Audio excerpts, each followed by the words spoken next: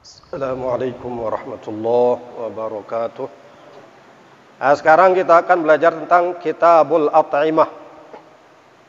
Qala al-muhadditsu rahimahullahu taala wa nafa'ana bihi wa bi'ulumihi fid dharain. Amin. Kitabul At'imati. Ini kitab yang membahas tentang makanan-makanan.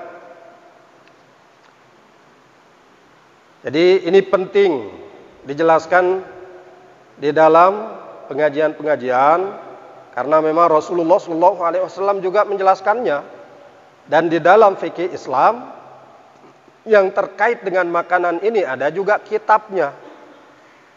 Kitab atau bab yang membahas tentang makanan. Mana makanan yang halal, mana makanan yang haram, itu dijelaskan.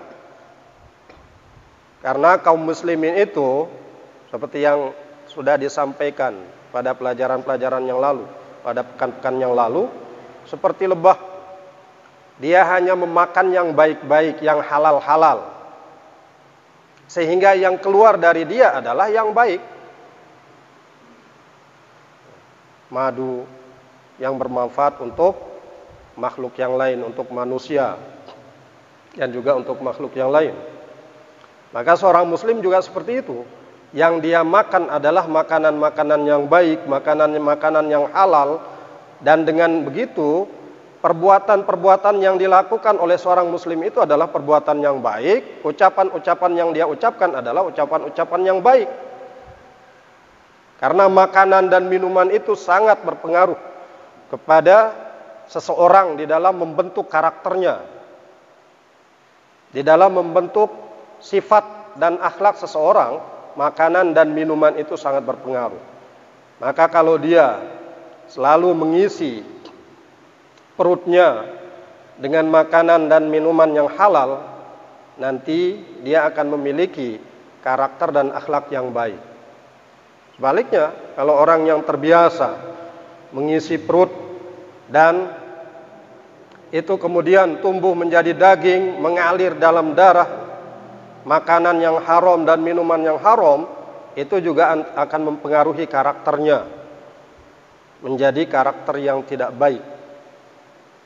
Itu sebabnya di dalam Al-Quran Allah jelaskan tentang makanan-makanan yang dia haramkan. Di dalam hadis Rasulullah SAW juga menjelaskan tentang apa saja makanan yang haram, minuman yang haram.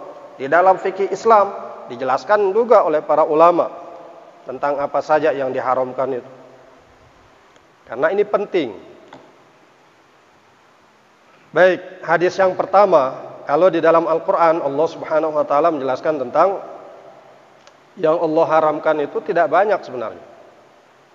Hurrimat alaikumul maitatu waddamu walahmul khinzir wama uhilla li ghairillahi bihi wal munkhaniqatu wal mawqudhatu wal mutaraddiyatu wan natihatu wa ma akalas sab'u illa ma dhakkaitum wa ma dhubiha 'alan nusubi wa an tastaqsimu bil azlam. Enggak banyak, bisa dihitung itu yang Allah haramkan.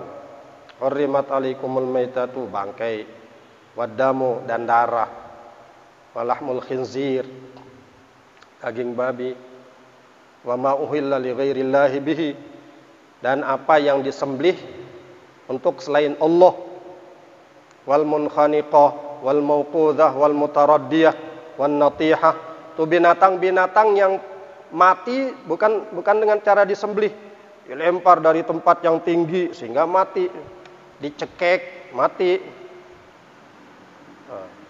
Jadi binatang yang mati tanpa disembelih itu diharamkan oleh Allah Subhanahu wa Ta'ala. Kemudian wa ma dzubiha 'alan nusub, dan apa yang disembelih atas nama berhala-berhala. Wa antastaqsimu bil azlam, dan bahwa kalian melakukan pengundian nasib dengan melakukan melempar panah, melempar anak panah, mengundi nasib dengan melempar anak panah. Itu hal-hal yang diharamkan oleh Allah Subhanahu wa Ta'ala, yang di situ Allah jelaskan tentang makanan-makanan yang Allah haramkan. Tidak banyak yang Allah haramkan itu. Cuma karena memang manusia itu sering penasaran itu. Punya sifat penasaran. Jadi apa yang tidak banyak yang Allah haramkan itu, dia penasaran untuk mencobanya itu.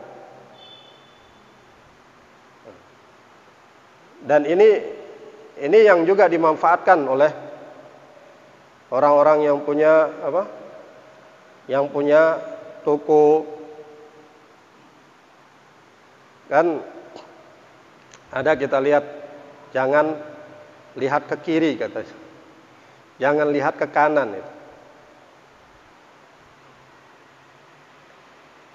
Ada kan itu pelang yang memampang tulisan jangan lihat ke kiri. Jangan lihat ke kanan. Itu sebenarnya dia menyuruh kita untuk melihat ke kiri. Kenapa tidak dikatakan lihatlah ke kiri, lihatlah ke kanan? Karena ada di bidang itu. Jangan lihat ke kiri katanya. Karena itu untuk menarik perhatian itu. Untuk menarik perhatian seorang. Soalnya kalau dia menulis yang biasa-biasa saja, lihatlah ke kanan itu. Itu biasa itu. Tapi yang menarik perhatian seorang itu kalau dia dilarang itu. Kalau dia dilarang maka dia penasaran. Jangan lihat ke kiri. Emang ada apa sih di kiri itu? Sehingga kita tidak dibolehkan melihat ke kiri itu. Karena penasaran, dia menengok ke kiri itu. Padahal dibilang jangan lihat ke kiri. Itu sifat manusia, selalu penasaran dengan apa yang dilarang. Makanya dia mencoba sesuatu yang dilarang itu, sesuatu yang diharamkan itu. Padahal yang halal itu banyak. Jadi ini yang akan kita bahas tentang makanan-makanan. Hadis yang pertama di dalam kitab Bulughul Maram, an Abi Hurairah radhiyallahu anhu, dari Abi Hurairah radhiyallahu anhu, anin Nabi sallallahu alaihi wasallam qala, dari Nabi Muhammad sallallahu alaihi wasallam beliau bersabda, kullu dhi nabin minas sibai fa akluhu haramun. Rawahu Muslim. Setiap binatang yang memiliki taring, setiap yang memiliki taring minas siba, dari binatang-binatang buas, fa'akluhu haramun, maka memakannya hukumnya haram. Rawahu Muslim. Artinya yang memiliki taring adalah binatang-binatang yang memangsa-mangsanya itu dengan menggunakan gigi taringnya. Itu yang dia gunakan untuk membunuh mangsanya. Ya semua kita punya taring. Itu manusia juga punya gigi taring itu. Tapi kan kita tidak membunuh dengan taring. Jadi binatang buas yang memanfaatkan gigi taringnya untuk menangkap mangsanya, untuk membunuh mangsanya, itu yang disebutkan di sini. Kullu dhi nabin minas siba fa akluhu haramun. Maka memakan binatang buas yang menangkap dan membunuh mangsanya dengan taringnya itu hukumnya haram. Singa, serigala, harimau, itu binatang-binatang yang membunuh mangsanya dengan taringnya. Kemudian hadis yang kedua, ini lanjutan dari hadis tadi. Wa akhrajahu min hadits Ibnu Abbas, dan Imam Muslim mengeluarkannya dari hadis yang diriwayatkan oleh Abdullah bin Abbas radhiyallahu anhuma bilafzi naha, dengan lafaz naha. Naha Rasulullah sallallahu alaihi wasallam an akli kulli dhi nabin minas siba. Kemudian wazada, dan Imam Muslim menambahkan wa kullu dhi mikhlabin minat tayri, dan semua yang memiliki cakar, kuku cakar dari burung-burung yang menangkap mangsanya dengan cakarnya, membunuh mangsanya dengan cakarnya, itu juga haram. Burung elang, burung apapun yang menangkap mangsanya dengan cakarnya itu dan membunuh mangsanya dengan cakarnya, itu diharamkan oleh Rasulullah sallallahu alaihi wasallam. Itu hadis yang kedua sebagai lanjutan dari hadis yang pertama. Kemudian hadis yang ketiga, wa an Jabirin radhiyallahu anhu qala, dan dari Sayyidina Jabir radhiyallahu anhu beliau berkata, naha Rasulullah sallallahu alaihi wasallam yauma Khaybar an luhumil humuril ahliyati. Telah melarang oleh Rasulullah sallallahu alaihi wasallam pada hari terjadinya perang Khaybar dari memakan daging-daging keledai ahliyah, keledai peliharaan ahliyah itu. Wa adzina fi luhumil khayli, dan Rasulullah sallallahu alaihi wasallam mengizinkan, membolehkan memakan daging kuda.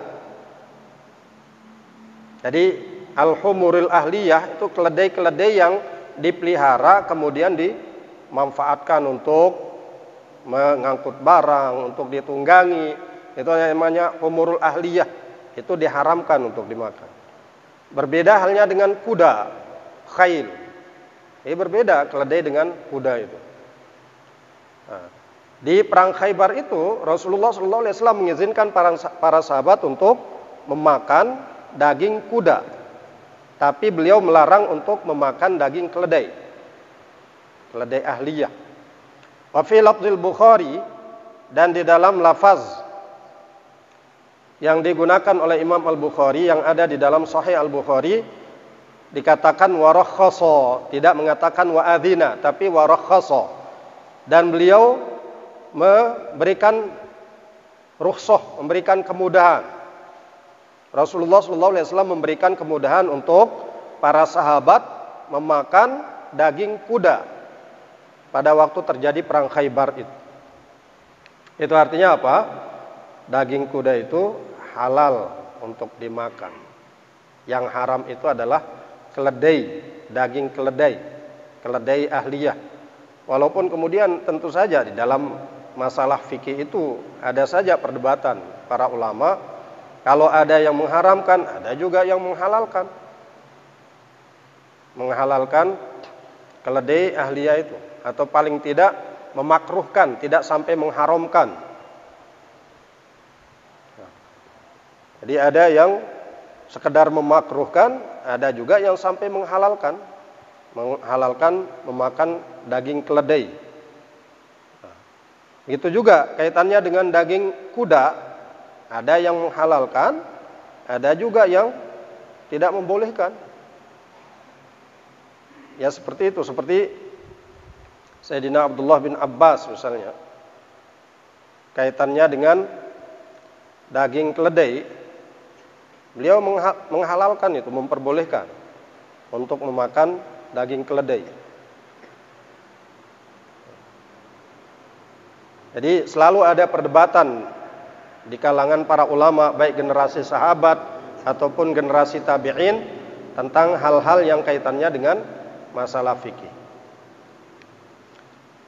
Nah, kemudian hadis yang keempat, wa an ibni Abi Aufa radhiyallahu anhuma, dan dari Abdullah bin Abi Aufa, semoga Allah meridhai mereka berdua, qala, beliau berkata, ghazawna ma'a Rasulillah sallallahu alaihi wasallam sab'a ghazawatin na'kulul jarada, muttafaqun alaih.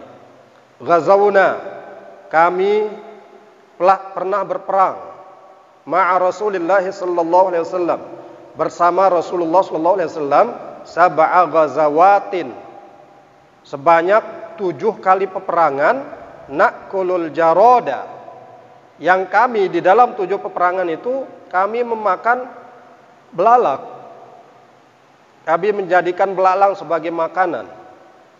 Muttafaqun alaih.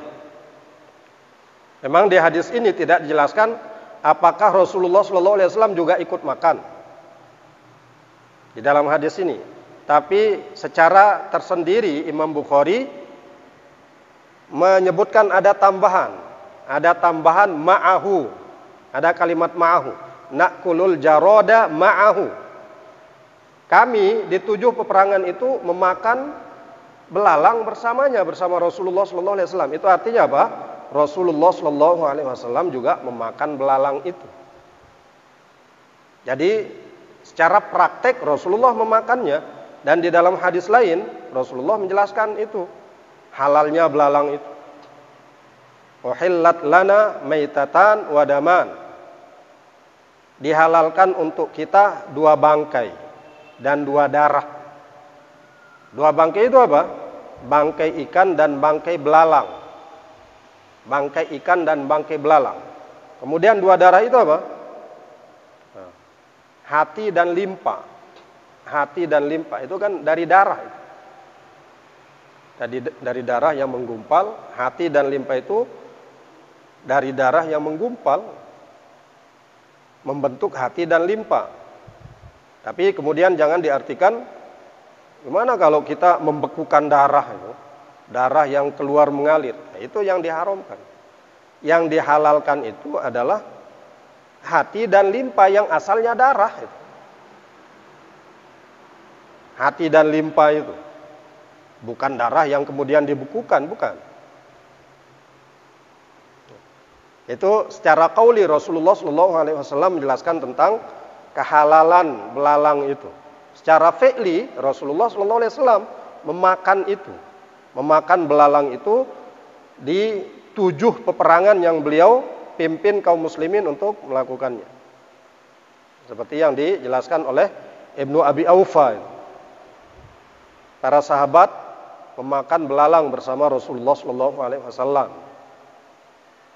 Kemudian hadis yang kelima, wa an Anasin radhiyallahu anhu fi qissatil arnab, dan dari Sayyidina Anas radhiyallahu anhu pada kisah tentang kelinci. Qala, beliau Sayyidina Anas berkata, fadzabahaha, maka ia menyembelih unta itu. Fa ba'atha biwarikiha ila Rasulillah sallallahu alaihi wasallam. Maka ia mengirim pantat kelinci itu ila Rasulillah sallallahu alaihi wasallam, kepada Rasulullah sallallahu alaihi wasallam. Fa qabilahu, maka Rasulullah sallallahu alaihi wasallam menerimanya. Menerima bagian dari daging kelinci itu, pantatnya itu, daging bokongnya, warik. Itu yang diberikan kepada Rasulullah SAW dan beliau terima. Apakah kemudian beliau makan? Nah, di riwayat yang lain Rasulullah SAW memakannya, bukan hanya menerimanya. Jadi bagian bokong kelinci yang dikirimkan kepada beliau itu beliau terima dan beliau makan daging bokong kelinci itu. Itu artinya apa? Kelinci itu halal. Kelinci itu halal. Muttafaqun alaih. Jadi ini 5 hadis yang bisa kita pelajari di dalam Kitabul At'imah.